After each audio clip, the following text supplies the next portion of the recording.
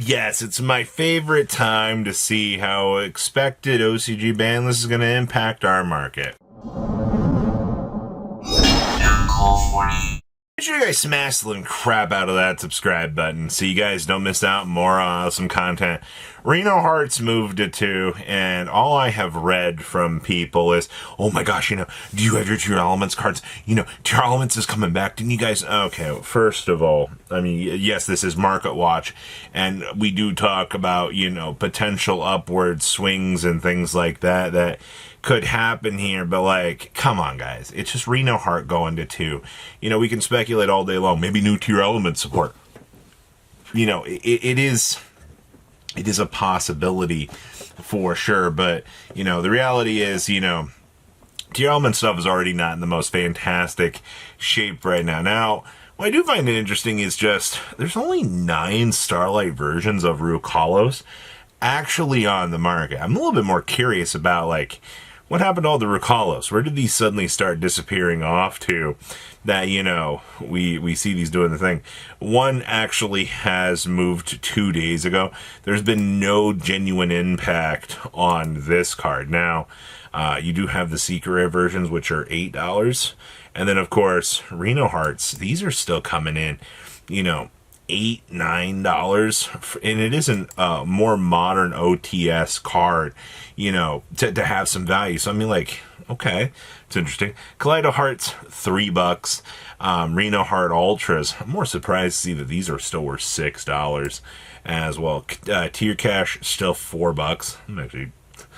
I'm actually pretty impressed.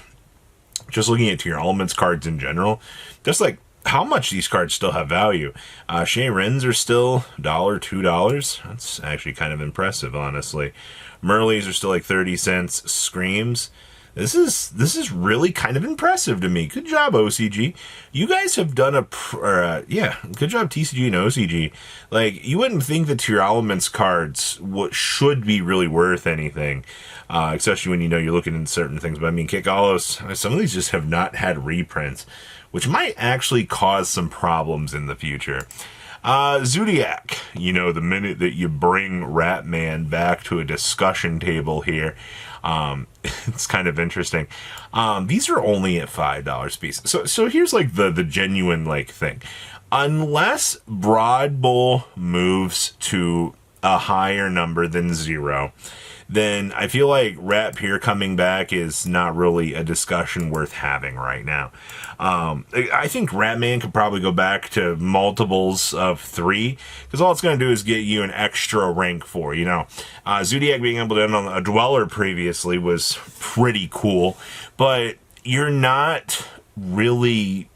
don't have that craziness. And also, like, the scariest thing the deck ends on now is, like, what, a Dryden Pop?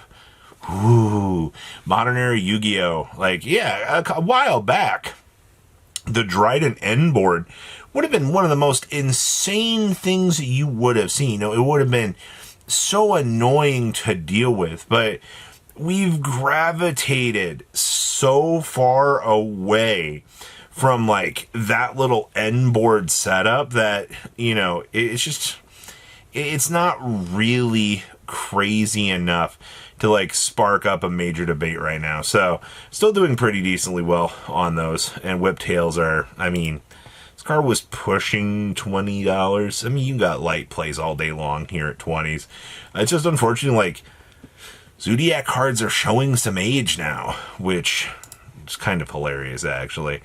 Chalk and Irons are sub-dollars. Broad Bulls are still $1.50. I'm actually pretty impressed that this guy still is doing as well as he is. Barrages, QCRs are $2. That's hilarious. If there's ever a card that I've wanted to consider picking up, it's that one. Rams still got a little bit of value. Trident's still cheap. Yeah, man, Zodiac cards are not doing anything particularly broken.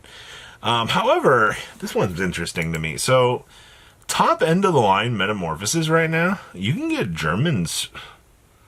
That's a common. Why? There's no way.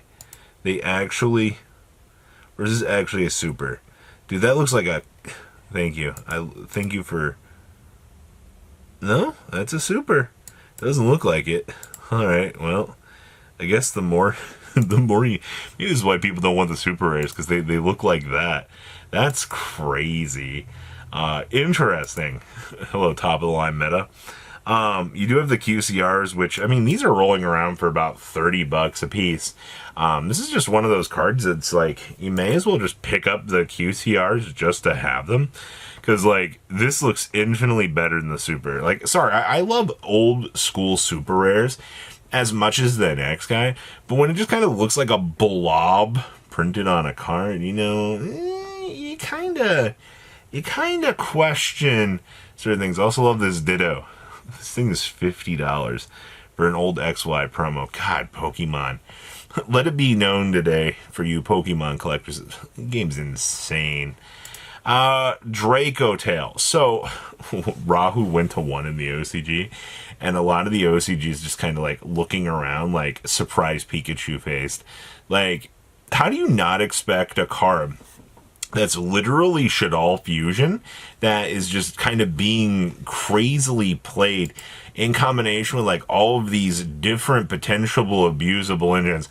What makes you think that that wasn't going to need to be hit? Like, I feel like I missed a memo somewhere along the way that says, oh, this is an okay interaction to let be had. Because, you know, I think the reality of that one is a little bit disconnected. But right now, Dracotail cards, $40. Frixels, still like 38s. We're not doing anything too crazy with that. Menace still rolling about 30s. It's not bad. Artholions, still about 25. It's not bad. Menace at 20s. Looks like we have Lucais's at 18s. Man, when you can get Shallows as a $19 card, that's crazy. Lucais Collector's Rares at 16s. Artholions coming in at 11s. Malulu's at 9 to 10s. He's actually dropping down. It's actually, I guess I shouldn't be surprised about that. Mena Ultras are $7. You know, I want to play Shaddolls. I really do. And, like, if you need 5 Menas for Shaddolls' upcoming release, I guess there's a possibility that we could see this be reprinted and get even cheaper. But, like, that's a cool discussion to have. Maybe having access to 5 Menas for that. Outside of that, I mean, this drops down pretty quickly. Okay. Spright. You know, as much as I want to be like, oh yeah, Sprite's back. No, the DCG has had like Spright at a full capacity for like however long this is, and the fact that they're now moving the blue and, you know, starter to higher numbers, it's gonna maybe promote like a little bit of deck building interactions, but like it's this much for things. Gigantic Sprites coming in at 44s. Sprins, on the other hand, this thing's still $48. I'm still pretty impressed with that. This is all crazy to me. Spright Blues are, there's 28 listings. I mean, these are kind of getting a little bit lower. Looks like we are starting to kind of go up here a little bit. 7s to $13 a piece. And then you have a nice line in the sand here for 15. So this guy's he's actually gaining some momentum right now.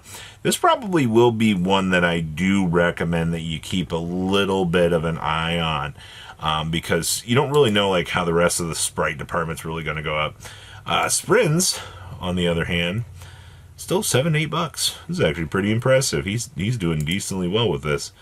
We've also got Elf. Well, you know, we've seen how Elf has been treated over the years. This card's kind of crazy. And Ultra Spright Blues from Battles of Legend Terminal Revenge. These are actually going up to like $3. What is causing such an interesting bump up on the Spright stuff? Spright starters are also 2 to 3s right now. And of course, the Power of the Elements OG prints, these are like $3 too. It's interesting to see that the Ultras and the secrets of this actually are kind of holding their own weight. Sprint also coming in $2 to $3 as well, but, and then of course Gigantic Sprites, dollars. Huh. I don't know. I feel like seeing the Spright stuff actually becoming worth something is an interesting topic, to say the least. But what do you guys think about today's market? Please leave a comment down below. Tell me what you guys think, and I'll see your beautiful faces back here in a day, guys. Patrons! Thank you.